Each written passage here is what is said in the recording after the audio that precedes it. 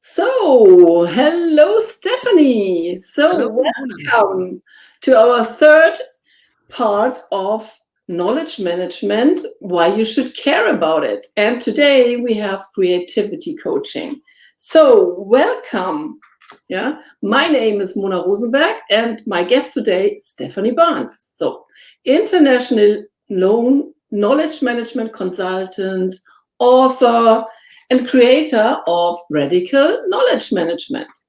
So, Stephanie, the last two times, the last Mondays, we talked about in our first episode about a multidisciplinary approach to achieve organizational objectives by making the best out of knowledge. So, called Radical knowledge management.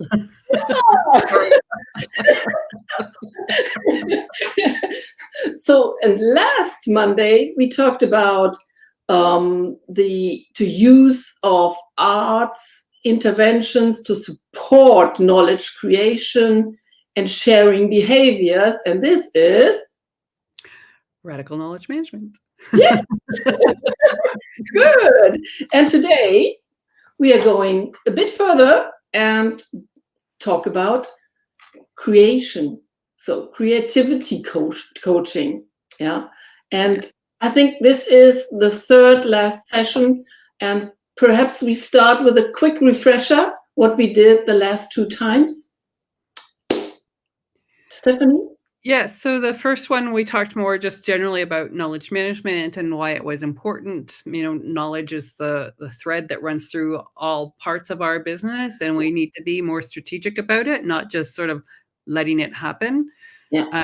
And then last week we talked about radical knowledge management, which is about adding creativity and arts-based interventions to our organizations to build a culture of knowledge sharing, to help with innovations, to help with team building and connections and a sense of belonging and purpose and all sort of more human things. So yeah, this week we're talking about creativity coaching because it's something that makes creativity, I think, and especially arts-based interventions, which is what I'm using in Radical KM, is uncomfortable for people, for a lot of people, not for everyone, but for a lot of people, it's uncomfortable.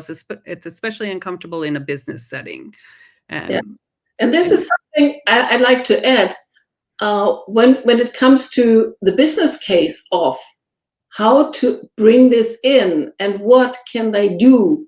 So in case of what is the business case for it so that we can incorporate everything into our business so that we get paid for it. Yeah. So a lot of organizations, and the business case is really around the people side of the equation and reducing things like turnover, improving engagement, keeping the people happy because people make up the organization. It's nice if you make pens or cars or whatever you make, but it's ultimately people. And so helping them be engaged, build trust, there's a lot of numbers that can be crunched around those sort of human aspects of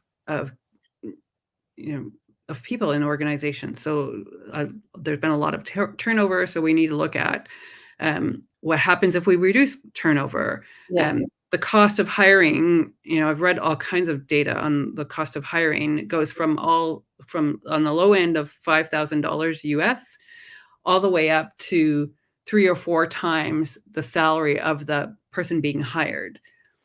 That's not a small amount of money. So if you can keep that person happy, even if it's on the low end, even if it's a 5,000 number, if you can keep that person happy and engaged and in the organization, why wouldn't you do that?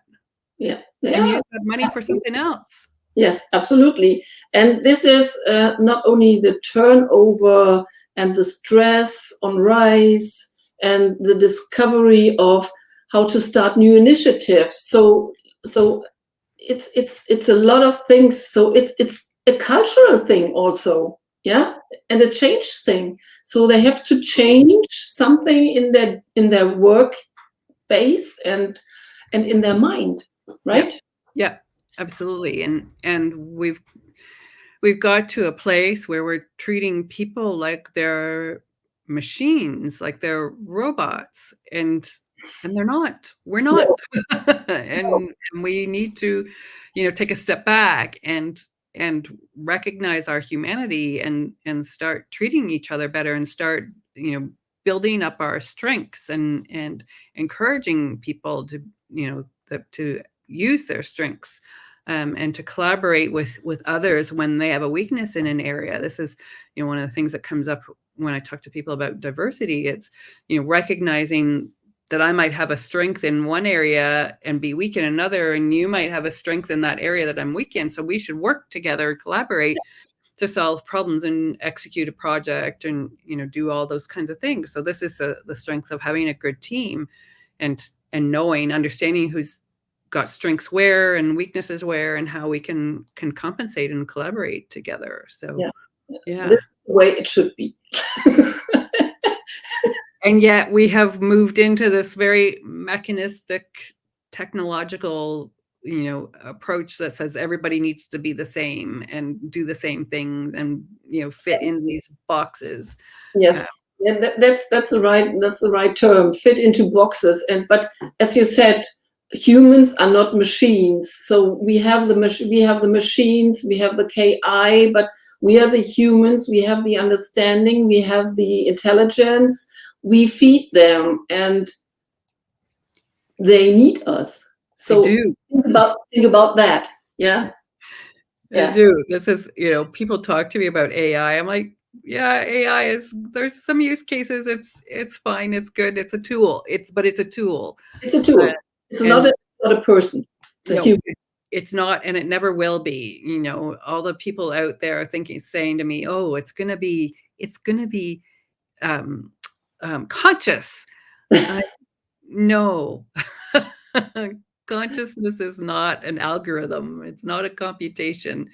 There's some good YouTube talks from Roger Penrose if anybody's interested in talking about that. But and so this is again back to Radical KM and why we need Radical KM to help people be creative, to help them create the knowledge, because when AI starts sort of feeding on itself, the answers that it spits out, the images that it creates are so wrong, so just unusable. It's unbelievable. So yeah, it needs fresh new knowledge to keep moving forward. Absolutely. But when it comes to incorporating radical knowledge management into organizations, you need to have really innovative insights into it. Yes, you need a fresh mind, you need fresh ideas. And this is about the creativity coaching. Yes. So, and this is the thing. We need people who are brave. And so some of what I do when it comes to Radical KM is coaching, leadership coaching or team coaching, to help people be braver, to help them understand how to use these tools and these ideas in their organizations, and to give them the comfort that they can do this. And yes, it feels a bit uncomfortable and a little bit out there, but they can do this, and so it's amazing to work with people in that context and see them take those steps and see them, start to blossom and transform, and see their organizations start to blossom and transform. Do you have an example, for instance, to show us how an organization could incorporate and bring this into the organization and grow with it? Do you have an example for it? Yeah, so a couple of organizations that have brought these ideas in to do team building with the executive, with senior management, to help them start working together better. There have been a lot of turnover and change in the senior ranks, and so brought these ideas creativity together to help them get to know each other Mhm. and be more innovative and creative in the problem solving that they were doing. So it really impacted a lot of the behaviors Mm. from this work. So Yeah, but this is not a one-shot event.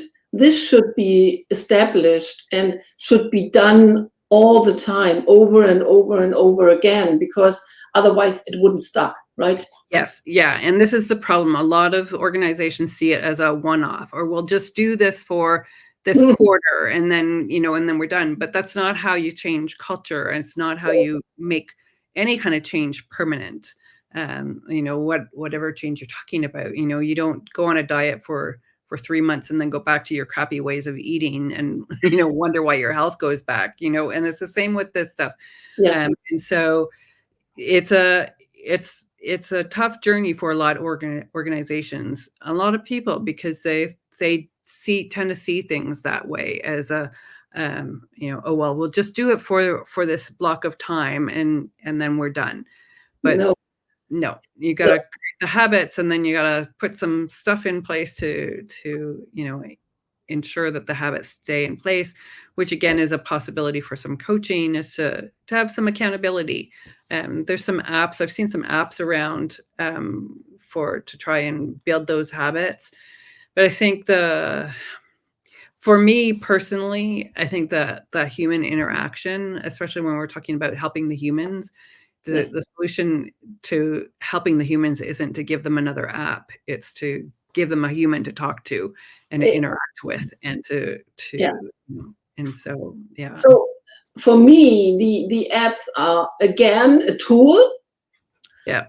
This tool is in addition to human interaction, and the touch points with humans, they can ask different questions. They can activate different things in you, in others. So this is something which can be then established over time. And cultural change, as we all know, is an act of time. It's a marathon and not 100-meter run. Yes, exactly. It's a very long marathon. Yeah. And yeah, you need to keep going, and you need to pass the baton to other teams and keep it rolling so that the change becomes organic. Yeah. And comes from a peer level, not just a top down. So that's really how you change behaviors. Yeah. And this is something how you could and how you can start the creativity coaching, I guess, right? So this, you go in with one part of the organization and do work with them and work with them over time, I guess, and then bring in, so spread the word and tell everybody how great this is and what changed over time, and then bring in to the other departments, right? Yeah, exactly. There's an old commercial from when I was a kid that was shampoo. I think, you tell two friends and they tell two friends, and that, so I don't know if you had that in Germany or not, but it was definitely a thing in the early 70s in Canada. And yeah, and this is the idea with what we're doing, working with the teams, and then giving them the skills so that they can go out and lead it, and but also come back to coach, or and get some support that way as well, so that they're continuing on in that organic spread. So this is this is the kind of guidance you can give them, and what people should know and what they should think of, I guess, is it's really mind changing, and it's cultural change, because the organizations today are not that far, not on their way so far. Yeah, We need to work on it every day. Yeah, organizations now are so broken. The people that I'm talking to are so broken. They're changing jobs all the time, or the people around them are changing jobs. There's always somebody new. There's mandates to come back into the office part of the time, not part of the time. There's all this change, there's all this technology coming in. Mm. They're really there's a lot of people quite large. They're all layoffs. Trust is broken. Relationships are broken. We really need to start paying more attention to this. So, right, that's really the case. You have to dig in and be open-minded. What's going on so far, and where is the touch point creativity or the change can happen with these kind of tools. Yeah. Interaction. Yeah, and there's an opportunity for these tools pretty much anywhere people come together. Even if it's a half an hour meeting, there's little 2-minute guided visualization that you can do just to ground people and give them a breather for a minute before you jump into the content of the meeting. You can afford 2 minutes from a meeting, and for longer meetings, and there's other activities, and depending what the purpose of the meeting is, what the output is, and there's other activities.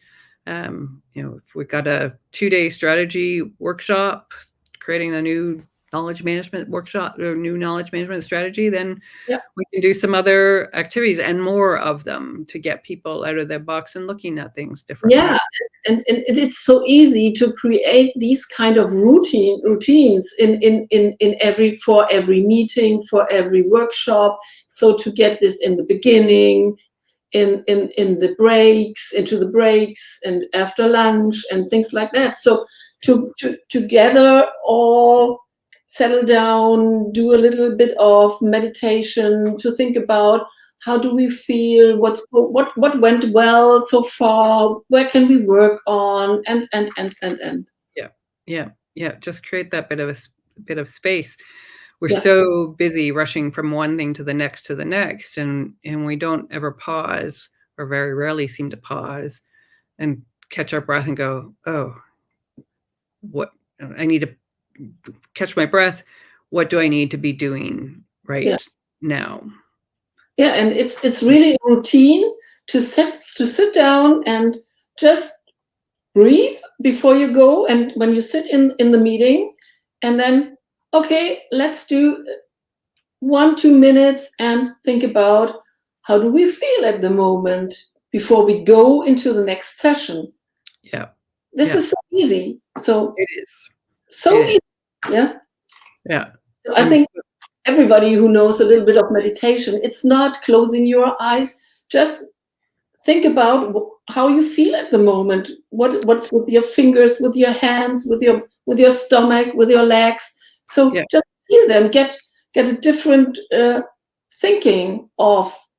Get out of the business thinking. Yes.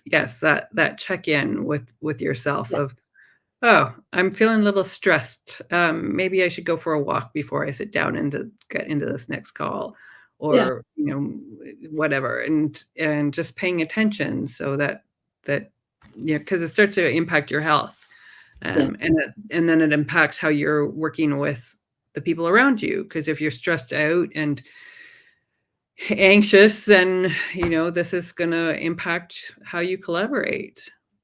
And the work that you do. That's right. And going out for a walk, going out into nature and walking is also a kind of creativity pause. Absolutely it is. Absolutely it is. Clear your head. Let rest for a minute, and just be in the moment. Be in the moment. And this is the same thing for people who go out for a run. Yeah. Absolutely. They have free for new things, for innovative things. And so I know what I'm speaking about, because when I went out running for long distance runs, I always came back to business with, oh, I have an idea. And my people always said, oh, Mona has an idea. Okay, what is it? Yeah, and then talk about it. Yeah, absolutely. Absolutely. So, and yeah, just making that space, where, as I was saying a minute ago, we've been trained that we're supposed to be go, go, go all the time. And there's so much competition. Somebody's got a new badge. Oh, on their LinkedIn profile, I need to be doing a course in my downtime. No, you don't need to be doing a course in your downtime. Well, if you have time, you can, sure, but that's not necessarily what's the right thing. Yeah. So we had two comments so far. So Suncharai said doing retros. So this is a great way. Yes. Yes. Yep. Absolutely. Always retros are a great thing to grab everything. So this is always, I would always recommend these kind of things. Yep. And Kjell said, walk the talk. Yes. Yep. Going out to talk, and the retros. And it's interesting to add, a little creative intervention, like the scribble drawings that I talk about all the time, into the retros, into those sessions, because it helps people think of things that might have been buried a little bit further deeper in their minds, or make some different connections. So bringing those arts-based interventions into those kinds of sessions helps make the retro more richer, the outcome more richer, the documented knowledge that comes out of those more richer for whoever comes next. So yeah. Also an additional kind of creativity in it. Yeah, absolutely. Yeah. All kinds of different ways to look at creativity. So that's fantastic. So how do you work with people? What can you offer them to do this together, to get this done, to begin, to start? There's different ways. I always say to start small. When I'm talking to knowledge management teams that want to bring this idea into their organizations, I say, start small. And sometimes we need to start under the radar. When a few years ago, I wrote a book with a colleague on designing a successful KM strategy. And we talked in there, when we don't have support from management, the first thing to do is get support from senior management. And sometimes to get support from senior management, you got to go under the radar and do a guerrilla, and get that data, collect the data, that will then convince management of the importance of these ideas. So do that. Start small. Start collecting some data from some of the team, from the KM team. Start socializing it. Lots of organizations that still do lunch and learns, or sessions in the coffee and cake in the afternoon if you're in the office, and in Europe, coffee and cake, and learn. So do those kinds of things to start socializing the idea and collecting data and getting people interested in this. Start that change process. Make some initial materials available. Sometimes the organization is really, really not ready, and so I just do one-on-one work with the KM managers, or part of the somebody that's in an organization that wants to start and needs to start before the start small step. So I do some one-on-one work. So, but yeah, there's all different ways to get started with it. Coaching classes, all kinds of creating a new strategy, and bringing it in as part of the KM strategy. Lots of organizations hopefully are updating, keeping their KM strategy relevant and current for the times that we live in, and so bringing in creativity and arts-based interventions is a way of doing that, of dealing with, because the situation has changed. Our organizations have changed since I've been working in KM for 25 years. It's changed a lot. Our organizations are really quite broken, as I was saying earlier, and so we need to do some different things around people. We can't just keep throwing technology at it. So you have to fix it. yeah, You have to fix it so that everyone is happy and loves to do work. But it's not only knowledge management, right? It's everywhere. And you can do these kind of interventions. You can go out and do it with every organization, every part of organization. So people, when they hear this, shouldn't think about, oh, she is in knowledge management and only dedicated to knowledge management. No, you are not, right? Nope. It's PMOs, project management offices, project managers, learning and development teams, HR. Yeah, it's everywhere. So all this stuff. I talk about it from a KM perspective because that's my background, but that's what I thought. So because everybody needs it. But you have also you're doing special things. You're not only talking on conferences and having keynotes and things like that. You always create a kind of network for people who are interested in it. And you offer on a regular basis, you offer meetings. Yeah. Can you share a little bit of that? Yeah. I have a Radical KM implementation support group or ambassadors group that meets every 6 weeks or so. And we're taking a little break over the summertime and get started again in the fall. So I do that. If anybody's interested, reach out to me. I'll add you to the list for when we reconvene again. But yeah, and classes, KMI, Knowledge Management Institute, I'm doing a class with KMI. They can come in and learn about that, about Radical KM. Actually, the course with them is called Creative KM, but we're doing that again in October. It's 4 half days, so they can come and find out about how to add it to their strategy and get started in their organizations with that. I have a little asynchronous course that's online for people that want to take a really low key, just kind of really, really intro. It takes a couple of hours course to do that. It's at radicalkm.institute, and it's free, so people can do that if they want to get a little taste of what I'm talking about with Radical KM, or always reach out to me. There's a link in my LinkedIn profile to book a time with me. I'm always happy to talk and see what we might work out to bring creativity and arts-based learning, arts-based interventions to their organization, because it makes such a difference for leadership, for team building, for innovation, for wellness. The use cases are endless.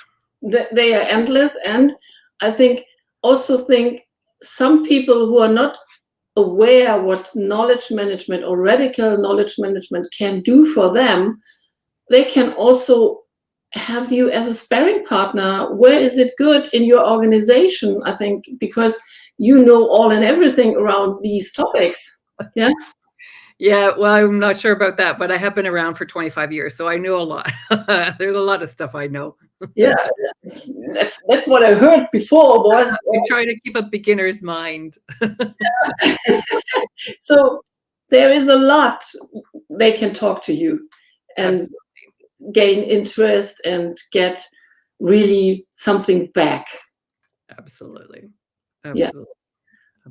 Many thanks. I don't know if you like to end with something special, but I think it was a fantastic talk over 3 times. So if somebody missed something, they can look up because we are always, and you also send and bring into the last links into the posts and into the comments. And if there is something they can they can work out a way on LinkedIn to talk to you. Yeah. Yeah. Yep. That's yep. I don't think I have anything to add. Just remember to have fun. I didn't get the clown nose on this time. So yes, it's fun. It's fun. So creativity interventions are fun. Yes. Always. So nothing to be scared of. No. So many thanks, Stephanie. Thank you. Many thanks to you too. Ahead, and see you soon. See you. Bye.